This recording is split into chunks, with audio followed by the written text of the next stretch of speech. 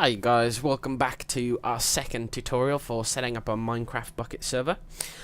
In the last video, which was our first video, we covered the basic Bukkit setup, installing Bukkit itself, setting up your start script, and just quickly going over what each file did and what each option enabled or disabled. This video is going to be Essentials. Essentials is I mean, there are alternatives, don't get me wrong, but personally I've always used Essentials, and it is exactly the name. It's it's an essential plugin to have on a server, and it's really simple to download. The link is in the description below. Again, as with all plugins, you need to keep up to date with them. They do change frequently, so you need to keep an eye on that. But once you've downloaded, you'll have this zip file, and essentially all you need to do is extract it, just like any other zip file, and you'll end up with 4 files. Now personally I don't use all of these. I don't know about anybody else, but the only 2 that I use are essentials.jar and essentials spawn. Essentials.chat I haven't used, if I'm honest, but I think it's some kind of advanced chat plugin. But I think a lot of separate plugins have surpassed it, and there are better options out there. Essentials Protect, I think it's again maybe an older version of like a World Guard plugin. I can't be sure, I've never used those 2. Personally, I only use those 2, so we're going to go ahead and delete those. But once you've got your 2 jar files, essentials jar and essentials spawn.jar, very easy to install. You just need to open up your server folder, go into your plugins folder, and just copy them in. And once the server needs to be off, well, it doesn't need to be off, but it's best that the server is off when you're doing this. Once you've done that, you need to start up your server in the normal way, and what will happen is it will load the plugins, and it will create folders for these plugins with the configuration files in them. Now Essentials, although there's 2 files, Essentials only creates 1 folder, so don't be discouraged by that. You can see in the console here, it's creating a config for Essentials, and it's done all of that. And from this point you can configure Essentials. Now there are loads of tools within Essentials. I mean, but a lot of it I don't use, so I'm not going to comment on stuff that I'm not familiar with. I don't think it would be right. So as far as the worth.yml file is concerned, now this is Essentials built-in economy tool, where you can allow people to buy and sell with Essentials. I've never used it. I always use iConomy, which is a separate plugin. Feel free to have a look at it. You can define prices for items in there. For example, I don't know what units they are, but a diamond pickaxe is 1,000 funky dollars or whatever, and you can define the prices within these files. I don't really know much more than that about it, so I'm not gonna. Essentials Eco, I think it's called. I'm not gonna go over it too much because I use a different plugin to do the same thing. Upgrades done. Again, you shouldn't need to change anything in here. In fact, I don't think I've ever changed anything in here. No, I'm positive I haven't. So guys, unless you know what you're doing, leave those. Personally, I've never touched them. Items.csv, again, this is another file that I've never messed around with. Essentially, I think it changes. Yeah, you can specify. All the items within Minecraft, like dirt, stone, have ID numbers, and this file defines the ID number. So, for example, stone is ID 1. Off the top of my head, netherrack I think is 87. So let's find netherrack or netherstone. Yeah, 87. Did I say 67 or 87?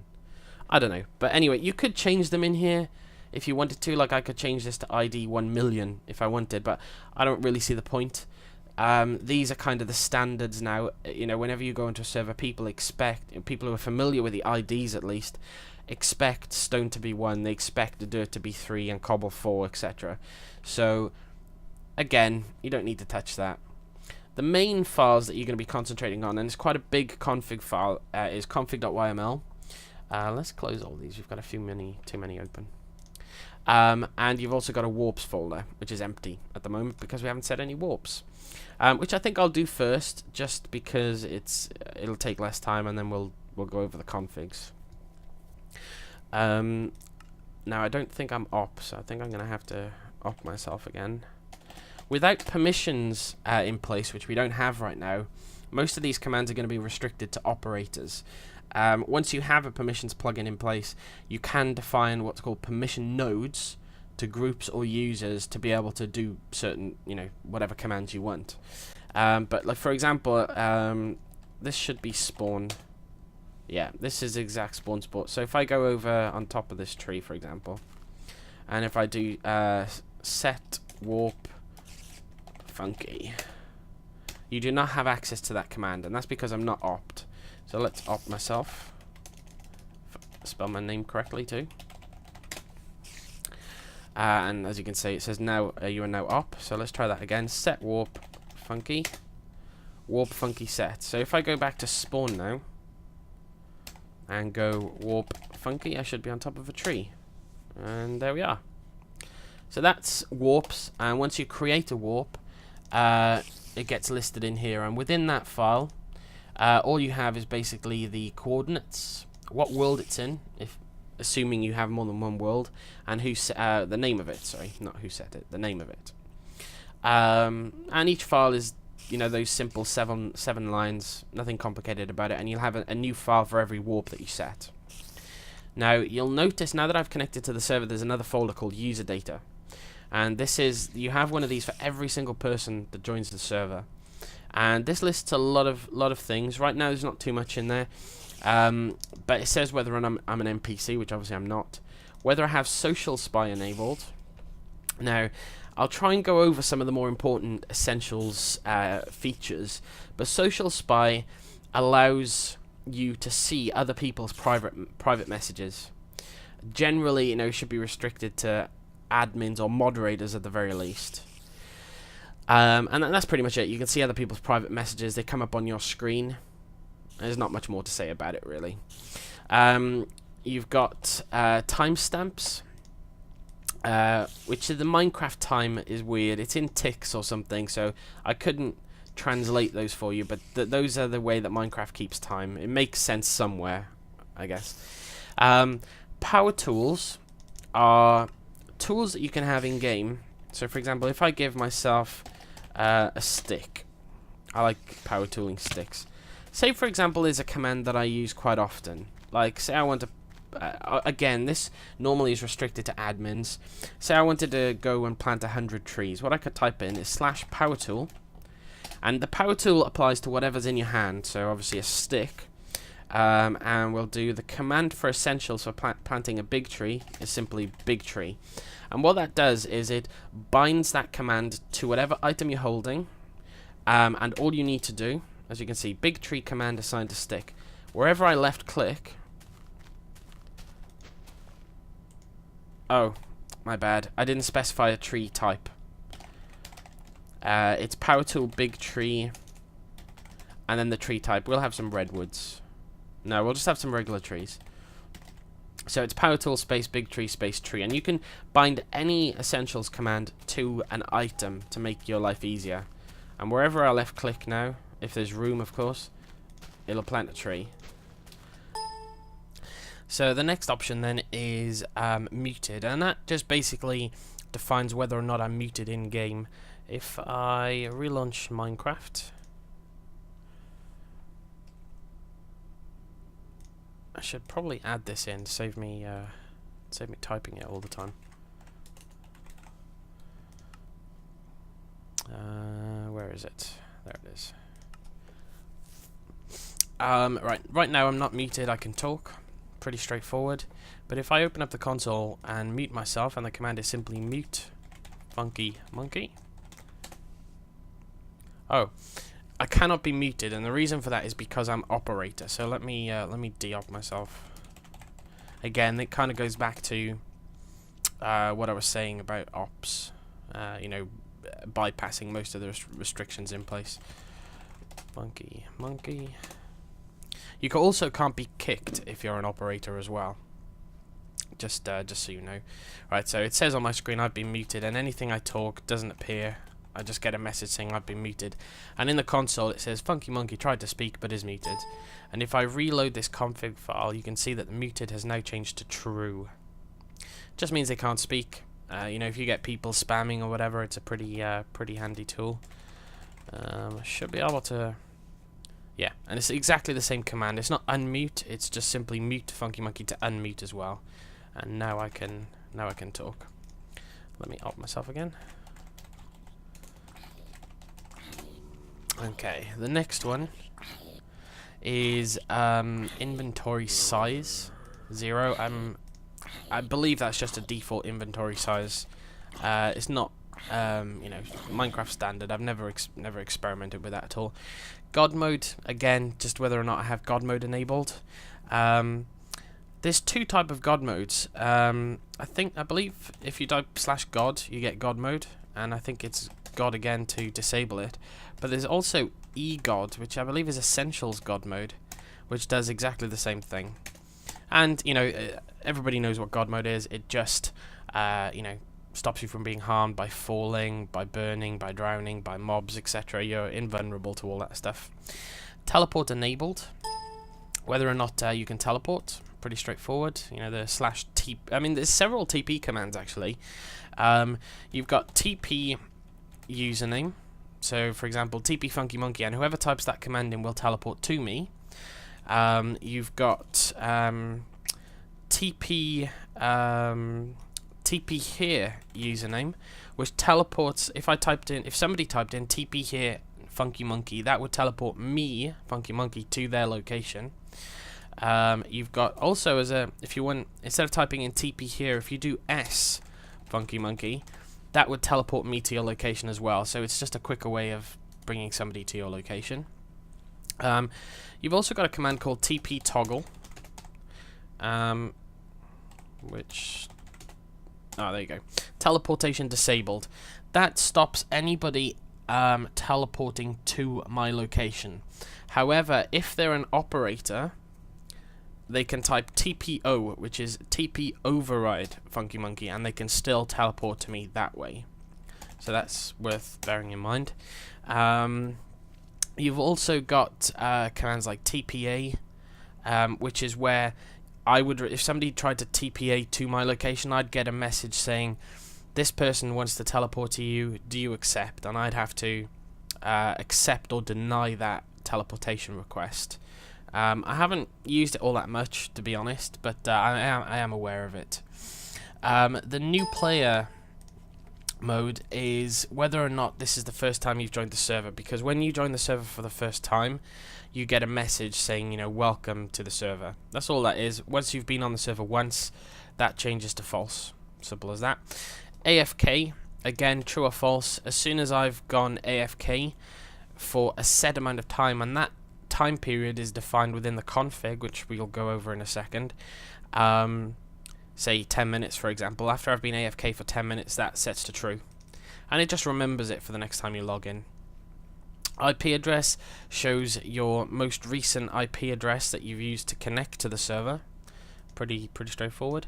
Whether or not I'm jailed. So if somebody gets jailed and disconnects, this remembers that they're jailed. Again, not really much more than that to say about it. Just remembers whether or not they're jailed. Last location is the spot where I'm standing when I disconnect, so that when I reconnect, it puts me in exactly the same place. And then there's some other things that would be listed down here. Like I put a power tool on for Deltree, which again, that's a world guard feature. I'll go over that a bit later for you. But the power tool is the same as the tree with a stick. Any power tools I have defined would be here, and basically it lists the item number, 280 being the item number for a stick, and the command that's associated with it. And there could be 50 here, depending on how many power tools I have. One other thing that's not showing right now, but also shows in this config file, is people who set homes. So, for example, in the game now, if I do set home funky home set, and if I reload this file, it has my homes listed underneath. And it just has the name of the home and its location. That's pretty much all there is to that. There are some things you can configure with regards to how many homes people can set, you know, and there are permissions associated with those. But again, we'll go over those in a second. But that's basically the user file, and you have one of these files for every single person that connects to the server, and they just build up in this folder. And there's not much more to it than that. So the next important one. Oh, one thing I've not mentioned is if you are going to be setting up a server and you're on Windows, get Notepad++. It's free. And it's pretty much essential when you're dealing with these config files, and I'll show you why. This is the essentials config file. And as you can see, it opens up pretty neatly. Everything, you know, is spaced out correctly. However, if I were to open it up with regular Notepad, it's messy, as you can see. Notepad doesn't format it correctly, and that's a problem because, for example, if I were to put a tab in here by accident, you can see Notepad turns it to Notepad++, sorry, turns it to red, which tells me that you know, it doesn't like that. It doesn't like the tab. Whereas obviously Notepad, the regular Notepad, doesn't do that. So it's a pretty handy program to have. It's free and it's small, so you know, you might as well download it. But now on to the more detailed part then of the essentials config file. And thankfully it's set out pretty nicely. It's pretty straightforward to understand, and it's quite a big config file, as you can see. So it's going to take me a little while to go over these. But starting from the top, you've got Essentials Global. So these are the global configs, the main configuration then. Now this particular one is ops name color. Now by default, when an operator talks in game, their name is red. Now you've got to bear in mind that this is without any external chat plugins. This is just by default now. And the default color for that is red. If I was to change that to a different color, let's say E, which is the color code for yellow. Okay, so if I do an Essentials reloading game, why am I looking at the sky? That's better. And in game, you do have to put the slash, just so you guys know. It'll say Essentials Reloaded 7.2.2, which is the version we're using. And now when I type, my name should be not red but yellow. And there we go. So you can set whatever color you want for ops in there, red being the default, but you can change it if you want to. But to be honest, I sometimes disable this. Depends what you know, what I'm doing with the permissions. But I'll cover any changes that I make to previous configs when we come to permissions as well. Okay, so the character to prefix all nicknames, nickname prefix. Now, with Essentials, instead of me having a name phunkeymonkeh, I could give myself a nickname. And that nickname is, you just do /nick phunkeymonkeh, which is my Minecraft name, and I'll change my nickname to my real name. Now when I talk, it says my real name. And it's got that little squiggly line, the tilde in front of it. And you can change what key. Damn it, let me close that. You can change what key or what symbol you want in front of their name. You could change it to an asterisk or a hyphen or an exclamation, or probably none at all if you really wanted to. But yeah, I mean that's pretty straightforward. And it's the exact same command to turn it off, just /nick space phunkeymonkeh, and it says you no longer have a nickname. But you can change this symbol here to anything you like. That's the default though. Change display name. Normally I disable this to false when we're using you know, like an external chat plugin. As you can see, it does say disable this if you have any other plugin that modifies the display name of the user. So generally this is going to be false for most servers unless you're not running any alternative chat plugins. But we're going to leave it at true for now until we get round to the tutorial for the permissions. You can also add prefixes and suffixes to display names, like you see on many servers. People have like a moderator or an admin tag. Again, we're not going to touch these for now because we let our permissions plugin do all of that for us. It's just a little bit cleaner. So to disable any of these features, by the way, all you need to do is add a hash symbol or a pound symbol, depending where you're from, in front of the line. So for example, if I wanted to disable the nick prefix, all I do is that, and that disables it. And that goes for any command within these config files. You just put that symbol at the beginning of the line and it disables the option. The teleport cooldown. You can add a delay here. So say for example you only want users to be able to teleport, and teleporting does include going /home, by the way. Say you only want to be able to let them do it once an hour. You could put a cooldown period in there, but bearing in mind that it is in seconds. So if you typed, if you wanted an hour, you'd have to put in 600. That's 600 seconds, i.e. an hour. But yeah, I mean that's optional. It's up to you whether or not you want to teleport cooldown.